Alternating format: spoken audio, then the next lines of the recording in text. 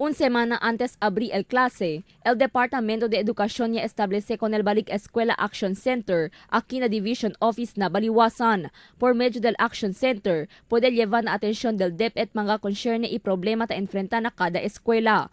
Por medio según este, el puede bisya i-chequea el DepEd el situación y andanza del enrollment na kada eskwela. Según con el Jefe del Governance and Operation Division Rosalio Conturno, debe lang llama maga-maestra o concerne individual na telepono numero 993-1514. Also a mandate coming from the central office, and we were asked to submit the composition of this committee, who will be looking into the concerned issues that has something to do about opening this 2016.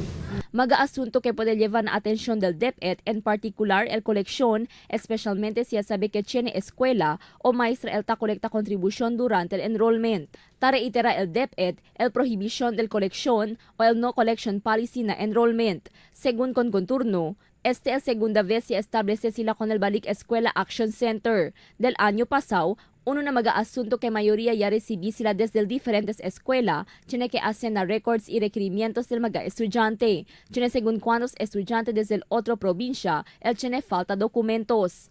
Incomplete documents and NUI documents coming from other regions, or students coming from the south. They don't have documents that the school is asking for prior to the enrollment or acceptance of the students. But nevertheless, necesita makinuha pa documents,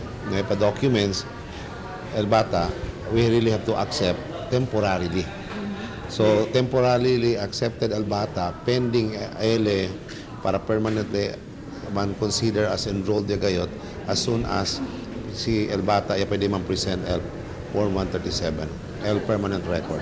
El Balik Eskwela Action Center ya principia un semana antes el Brigada Eskwela y el termina un semana después el primer día del clase na Junio 13. Crisel Almonía, Dateline Zamboanga.